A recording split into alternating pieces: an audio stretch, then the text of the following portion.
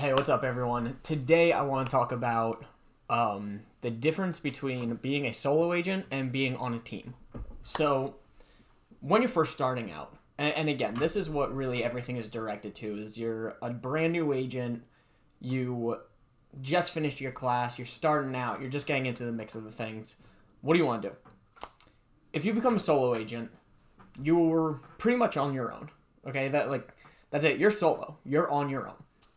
You have to get your own leads. You have to make sure that you know what you're doing because you don't have a big support system. Or maybe you have a friend that's an agent that's willing to help you out.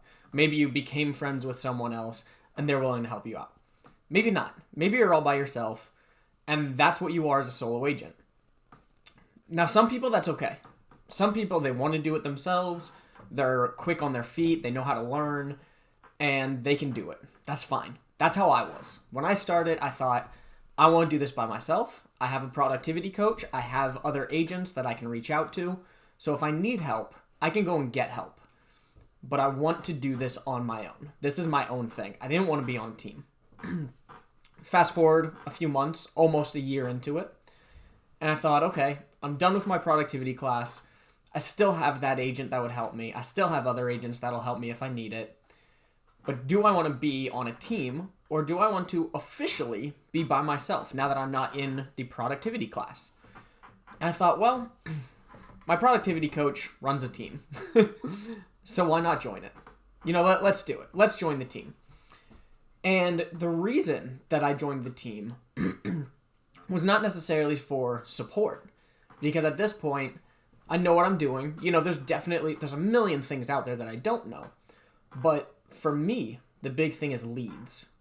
I grew up 2 hours away from where I live now. When I moved down here, I still worked out of state. So I don't know a whole lot of people in this area. I know my wife and I know her mom, and that's pretty much it. So for me, I needed leads. I needed leads that my team generated that can then give them off to me, and I'll now close the deal. I can do that. That's all I needed. So I decided to join a team. And it's been great. It works. That's what's important to me. Now you have to decide what's important to you. Do you want to do this by yourself? Do you have leads that are coming in? Maybe you have the finances to pay for Zillow leads. You have the finances to put out thousands of marketing products every month. You have all of this stuff. Some people don't have that. Okay? Some people simply can't do that. So maybe you're cold calling, maybe you're door knocking, and it's all by yourself and it's a hustle and it's a struggle. But if you're by yourself, that's what you're doing.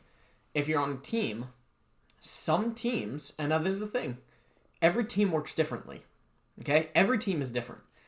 Some teams, every person has their own individual job. Some teams, everyone is their own agent and they just work together. If someone needs help with something, you guys are basically working together for everything. Some teams don't market as a team. Some teams, it's a team and everyone does their own individual thing, but you as a person don't grow. Some teams, you're your own agent and everyone helps each other, but you're not getting leads from the team. You have to go get your own leads. Other teams have so many leads coming in and you work as your own agent and they just hand leads off to you. You never have to market because your team markets. Now that's the important team for me. That's the team that I really like because my issue is I don't have leads. Okay? Your issue might be that you don't have the support.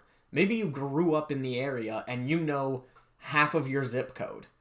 Well, that's awesome. You now have the leads. You have the people. You're going to start getting leads. You're going to start buying houses and selling houses and all of that.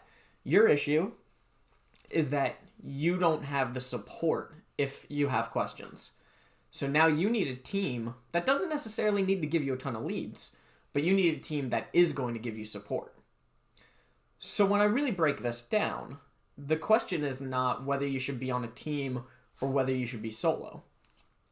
It's really a matter of, if you join a team, what are your needs?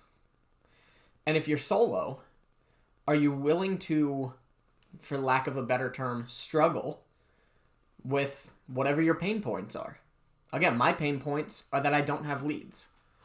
Now, I can keep being a solo agent and I can go a few months in between sales and slowly build up. I don't want to do that.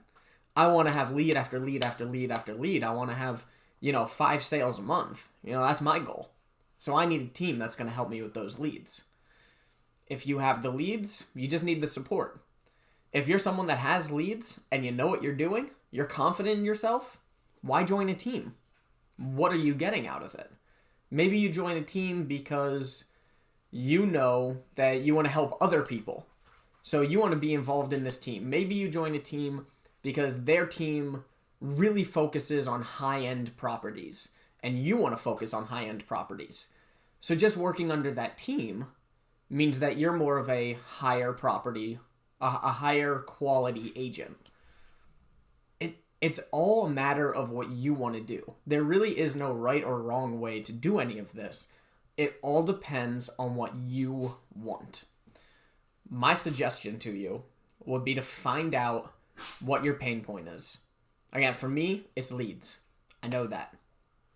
I talk to some teams, and they say, well, you generate your own leads.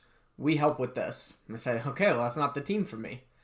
Talk to other teams. Oh, we generate a lot of leads, but, we just kind of pass them off, and we charge you, 50% for it, plus all of this stuff. Okay, so I'm getting 10% by the end of the deal. I don't want to do that either.